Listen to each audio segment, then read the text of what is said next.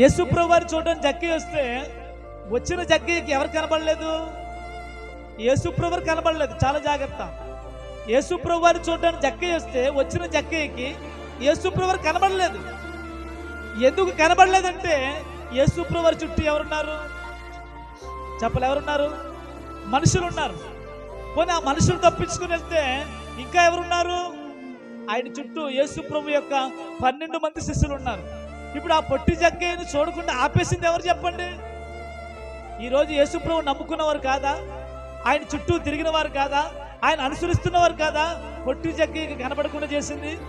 ఈరోజు చాలా మందికి ఆటంకంగా ఎవరున్నామంటే చెప్పండి, యేసుప్రభు వారిని ముందుగా నమ్ముకున్న మనమే చాలా మందికి ఆటంకంగా మనం ఉండిపోతున్నాం. అందుకే అంటున్నాను, క్రిస్మస్ లో కనబడేది చెప్పండి చెట్లు కాదు, చెప్పండి స్టార్లు కాదు, చెప్పండి ట్రీలు కాదు, ఎవరు కనబడాలా? వాటన్నిటికంటే ముఖ్యంగా దేవుడు కనబడాలి. దేవుడికి స్తోత్రం చెప్పండి గట్టిగా. ఇవన్నీ కనబడదట్లేదు, కానీ వీటి హంగామా ఎక్కువైపోతుంది, దేవుని వాక్యము తక్కువైపోతుంది.